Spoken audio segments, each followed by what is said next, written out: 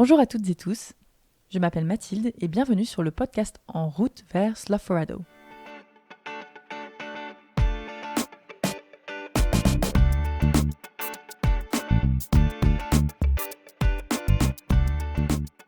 Alors pour ce premier épisode, on fait une escale à Pau, dans les Pyrénées-Atlantiques, là où j'ai commencé mon itinérance en France.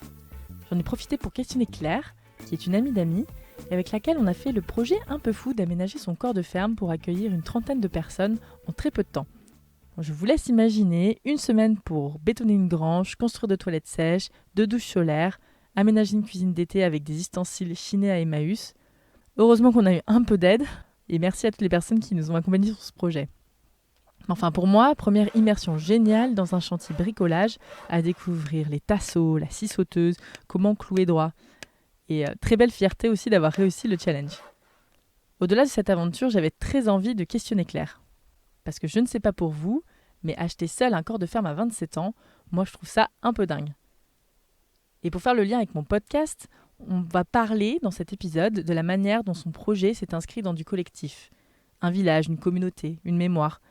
Mais également pourquoi partir à la campagne peut aussi être une forme d'engagement écologique. Bref, je m'arrête là et je vous laisse découvrir notre conversation. Bonne écoute! Du coup, merci Claire d'être avec moi. Salut Mathilde, merci à toi.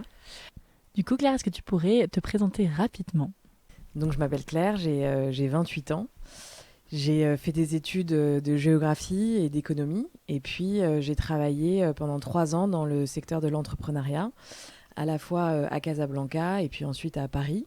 Et fin 2019, donc juste avant le Covid, j'ai ressenti le besoin d'entreprendre des grands changements, de quitter la ville pour aller vers quelque chose que je ne connaissais absolument pas, qui était un mode de vie plus proche de la nature. Et donc, j'ai fait le choix, après mûre réflexion, d'acheter une maison, une vieille ferme du 18e à rénover dans le Béarn, qui est ce terroir à côté du Pays Basque, dans les Pyrénées-Atlantiques 64. Super, et du coup, qu'est-ce qui a fait que tu as tout quitté ? Qu'est-ce qui t'a poussé à passer à l'acte ? Je pense qu'il y a beaucoup de choses. C'est toujours la conjonction de différents événements, d'un parcours de vie. Dans mon cas, je traversais une crise, je pense une crise personnelle et un peu existentielle aussi, qui était beaucoup liée à un sujet dont on parle énormément aujourd'hui, évidemment, qui est le changement climatique, la perte de la biodiversité, la pollution, le fait que notre génération, peut-être pour la première fois, en fait, ne se voit plus avoir le mode de vie que nos parents avaient. Et ça a été un grand deuil à faire pour moi. Et en fait, quand on abandonne des espoirs, des projections, il faut les remplacer par autre chose. Et dans mon cas, je me sentais complètement dans l'impossibilité de continuer à vivre en ville, à avoir un métier traditionnel, à m'asseoir devant un ordinateur tous les jours. Et à la fois, je n'avais jamais rien connu d'autre. Et donc, il me fallait tout découvrir. Et ça a été la grande motivation en fait, dans ce projet, c'était d'apprendre à faire des choses par moi-même. Ouais, de ne pas attendre que ça me tombe dans la main, mais au contraire d'aller au-devant un peu de l'inconnu, de l'altérité, en sachant pertinemment que ça pouvait ne pas fonctionner. Alors ce qui est marrant, et j'en ai beaucoup parlé avec toi déjà, c'est que j'ai beaucoup été dans l'intellectualisation des choses. Donc j'écrivais, je parlais beaucoup de ce projet. On en parlera sûrement plus tard, mais autour de l'idée de résidence, de lieu d'accueil, avec aussi une dimension politique qui était forte, autour des idées libertaires, de retour à la nature, etc. etc.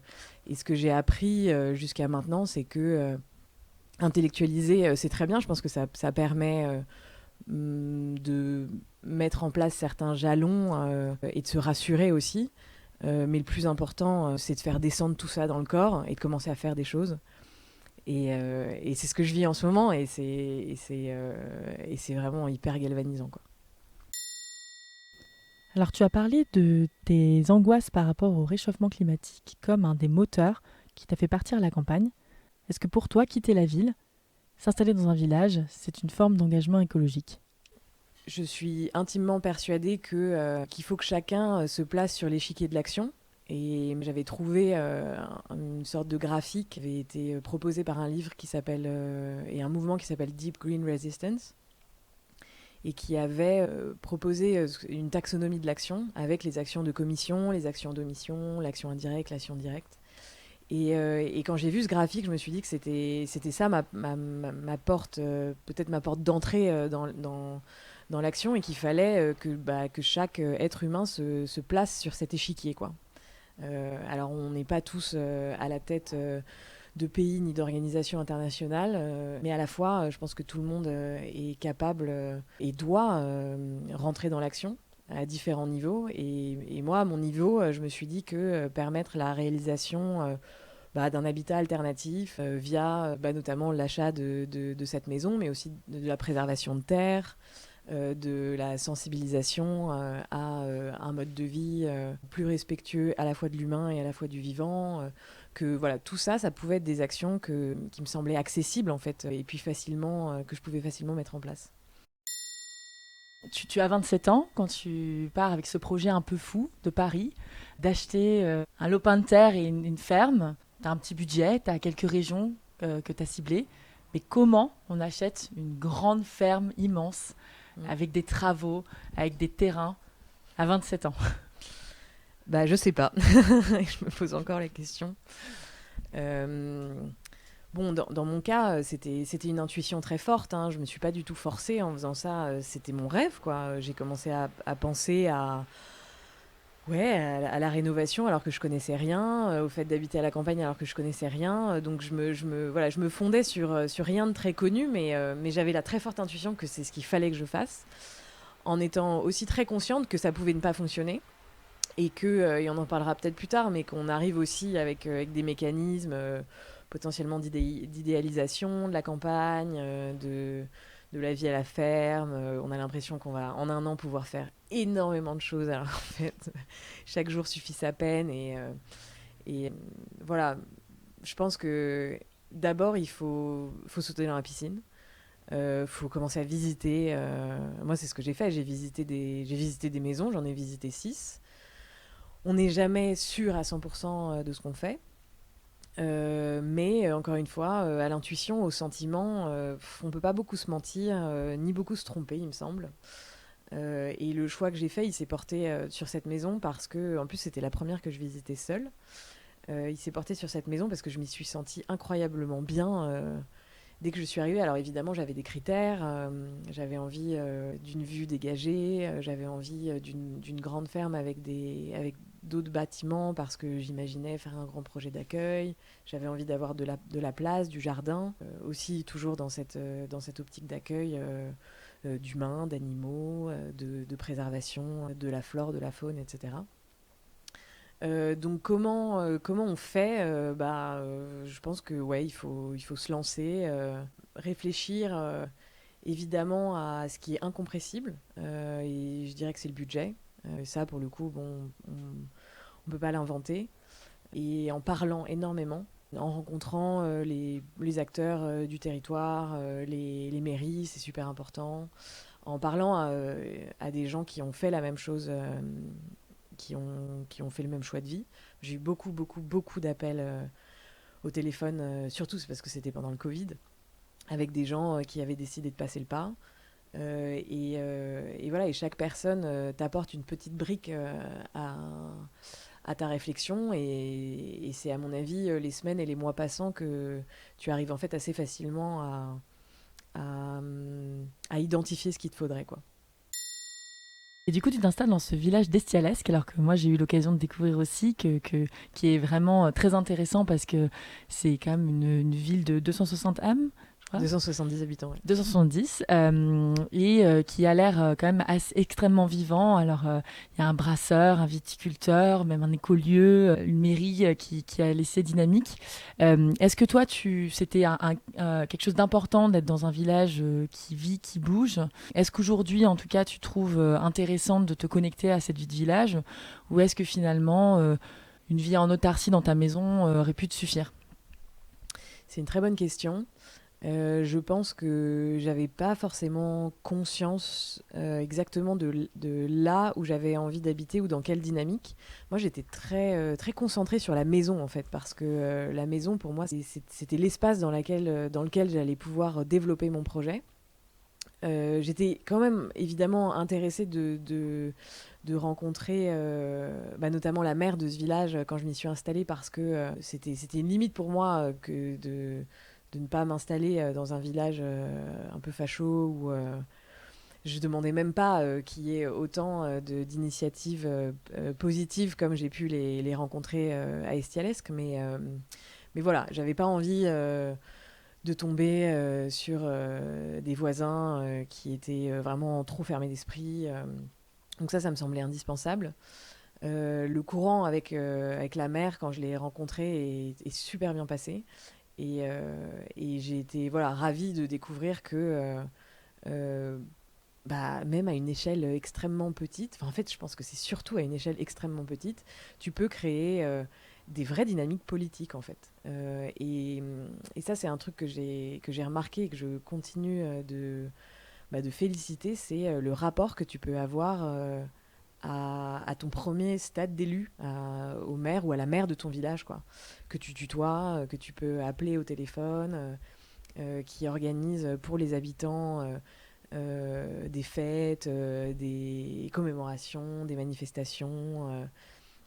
Je pense que c'est une échelle hyper intéressante à vivre. Alors évidemment avec des dynamiques de village qui sont pas toujours bisounours et qui sont pas toujours dans l'entraide et dans l'altruisme, mais ouais, c'est très intéressant en fait de vivre cette proximité avec les gens qui partagent avec toi un territoire.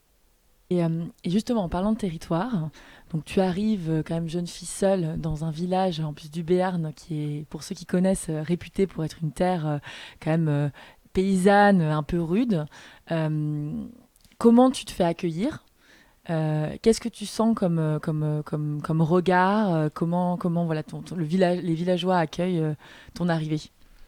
Donc la première habitante du village que je rencontre, c'est donc cette mairesse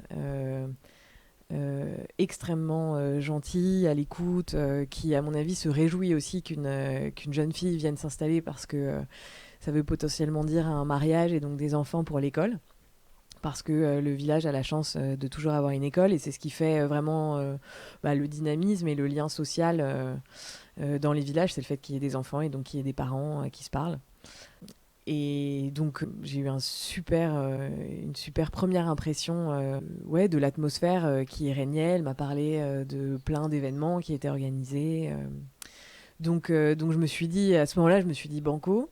Et puis ensuite, il y a la rencontre avec les voisins. Donc les voisins qui viennent parfois te voir et d'autres que tu vas voir et d'autres que tu n'as jamais eu le temps d'aller voir. Et ça, si je peux donner un conseil, c'est il faut vraiment, vraiment, vraiment prendre le temps d'aller sonner à la porte de chacun de ses voisins. Parce que ça a mené à des rencontres franchement extraordinaires.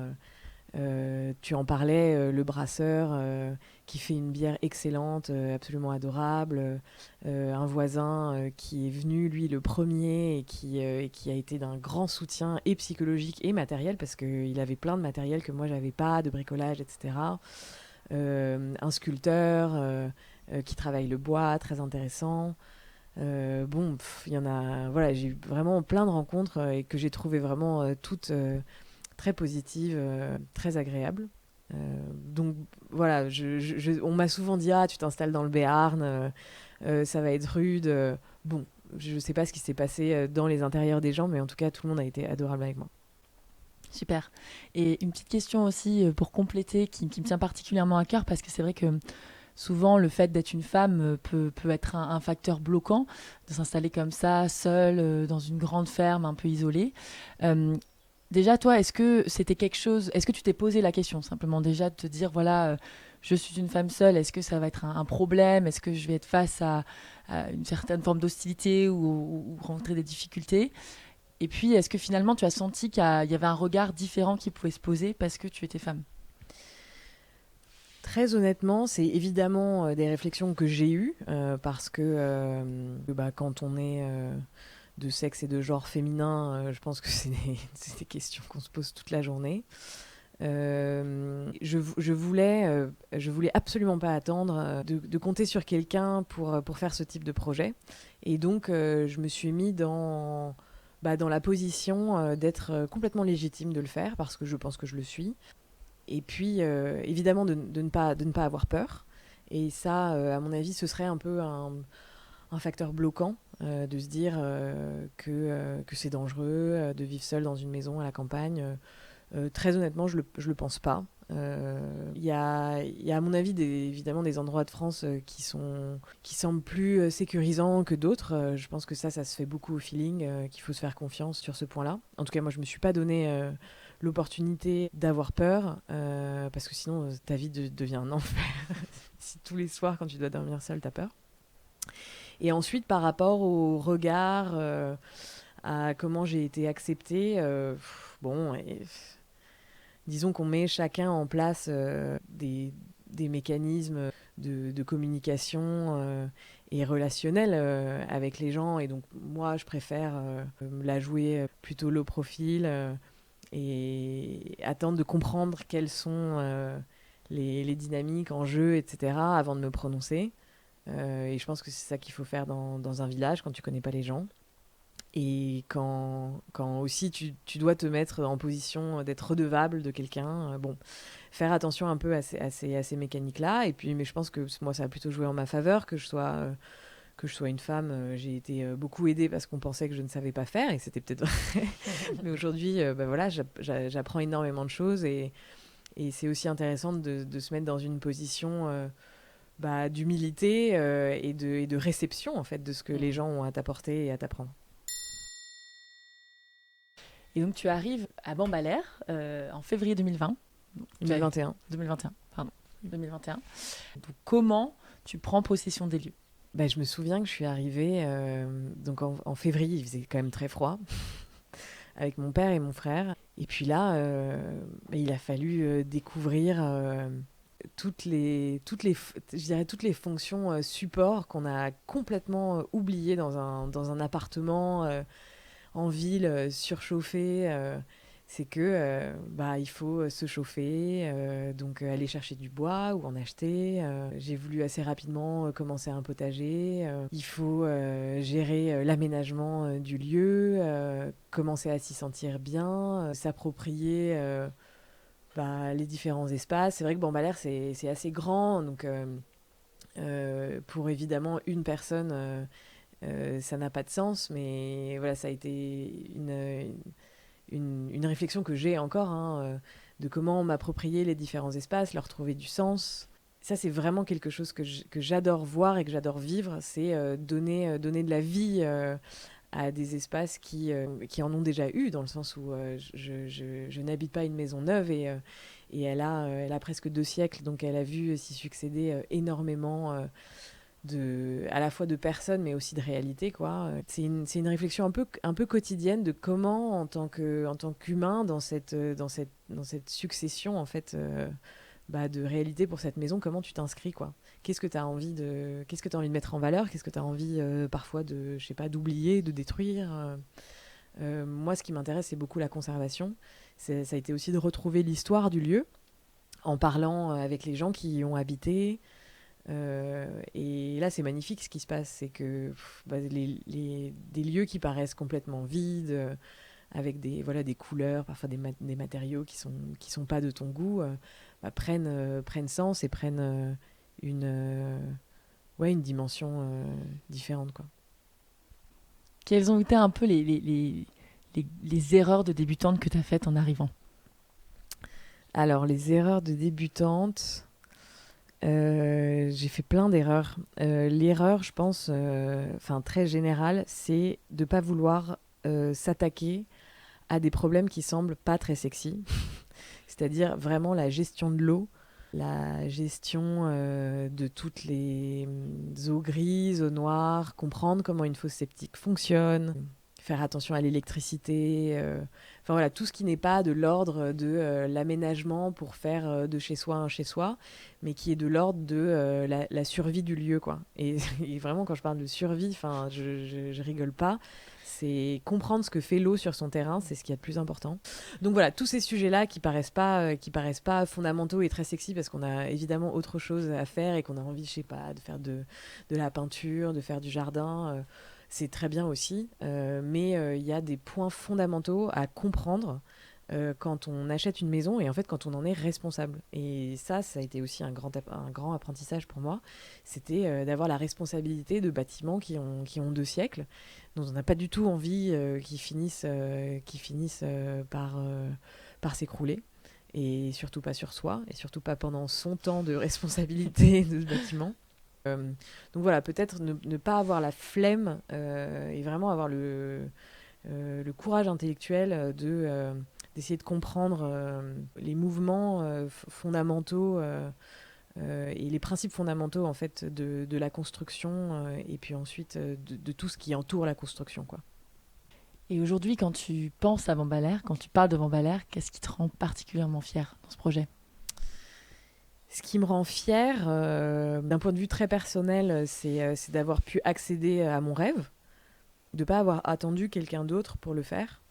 Et ça, je m'en remercierai toujours. C'est comme quand on joue à un jeu vidéo, on passe des niveaux, et là, je me dis, waouh, j'ai quand même déjà un jour dans ma vie passé le pas de décider de m'installer quelque part et de créer l'environnement dont j'avais envie pour moi, quoi, et dont j'avais besoin aussi, je pense, pour moi et pour les autres. Donc ça c'est ma plus grande fierté d'un point de vue personnel. Et ensuite, par rapport à la maison, ce serait de conserver, quoi, de conserver un patrimoine, de le respecter, de le comprendre. Et je m'y sens tellement bien que bah, ce bâtiment me le rend bien aussi, quoi. Donc c'est marrant, pour moi, il y a vraiment une relation qui se crée avec cette maison. Moi, je la vois vraiment comme une grande dame, quoi, dans laquelle je me love et que je commence à comprendre. Parfois que je ne comprends pas du tout. Et ça a été aussi, un peu le sujet de la première année, quoi. Comment ça fonctionne. Mais voilà, je m'y intéresse beaucoup et j'ai l'impression qu'il y a une relation presque un peu personnifiée avec cette maison aujourd'hui. Rêvons un peu. Van Baerle, dans un monde idéal, dans quelques mois, quelques années, c'est quoi pour toi? Ça serait quoi pour toi? C'est quoi ton rêve sur cette maison? Mon rêve, euh, qui semble de plus en plus lointain, paradoxalement, parce que je pense que quand on... Bon, moi, j'ai emménagé avec l'idée qu'un an plus tard, c'est bon, tout était lancé, la résidence était lancée, on serait 25 à vivre dedans, etc. Bon. Tout ça, ça s'oublie très rapidement. Enfin, c'est pas que ça s'oublie, c'est que ça ne devient plus la priorité. La priorité, ça devient gérer la maison au quotidien. Mais mon rêve, ce serait déjà que cette maison soit pleine de vie. Parce que vivre seul dans ces conditions-là, c'est complètement ridicule. C'est un usage complètement non éthique de l'espace, comme, comme un enfant dit dans Captain Fantastic, pour ceux qui ont vu le film. Voilà, l'idée, ce serait un lieu d'accueil via plusieurs formats. Je pense que ça peut être une résidence pour des gens qui ont envie de créer. Je pense que ça peut être un lieu d'apprentissage. Ça me tient énormément à cœur. Cette notion d'apprentissage, de pair à pair, autour de thèmes qui sont à mon avis des thèmes fondamentaux et qui seront les thèmes de demain, la biodiversité, la résilience alimentaire, l'habitat, enfin en fait la réappropriation par l'humain de toutes ces fonctions vitales et supports. Donc voilà, le rêve, ce serait ça. Je pense que ce serait à la fois un lieu de retraite, de création, un lieu de rencontre, évidemment, entre des publics, des personnalités qui n'auraient pas eu l'occasion de se rencontrer autrement, mais qui, au sein d'un lieu, se rendent compte, en tout cas, qu'elles partagent des valeurs communes. Et puis un lieu d'apprentissage, une sorte d'école, je dirais. Voilà. Ouais, génial, merci beaucoup Claire de nous avoir fait rêver, de nous avoir partagé aussi un peu tes apprentissages. En tout cas, moi ça m'inspire énormément et je trouve que c'est hyper riche d'avoir cette discussion en toute transparence sur tes doutes et puis ce que tu as pu faire comme choix et ce qui t'a motivé. Je voulais te poser une dernière question.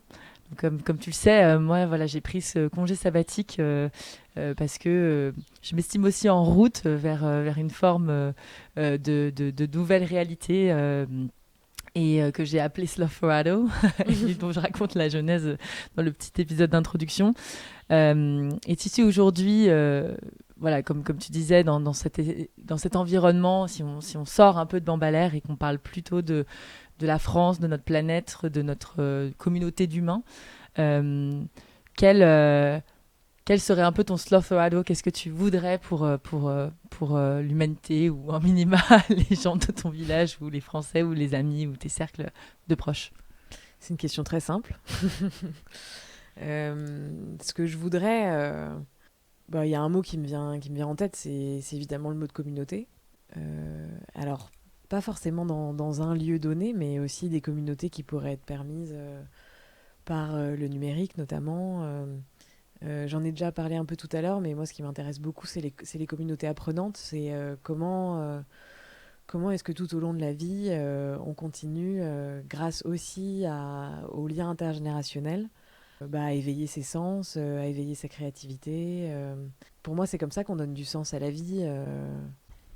Il y a une partie de moi qui est assez partisane de cette idée d'absurde, en fait, qu'on est simplement le résultat d'une évolution, mais qu'il n'y a pas un sens caché extrêmement profond à une dimension missionnaire de l'humanité. Donc bon, si on a environ 80 ans, je dirais en moyenne, à vivre sur cette planète, et qu'on a en plus la chance de vivre cette vie dans des conditions favorisées, et d'avoir l'opportunité d'exercer sa liberté, je trouve que cette liberté, elle devrait être mise au service de l'apprentissage, de la construction, de la création d'un commun, en fait, entre toutes ces personnes qui partagent des valeurs. Donc mon Slough-Forado.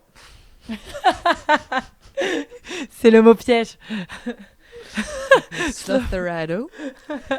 Ce serait plus qu'un lieu, ce serait du lien, en fait, entre des gens qui partagent des communs.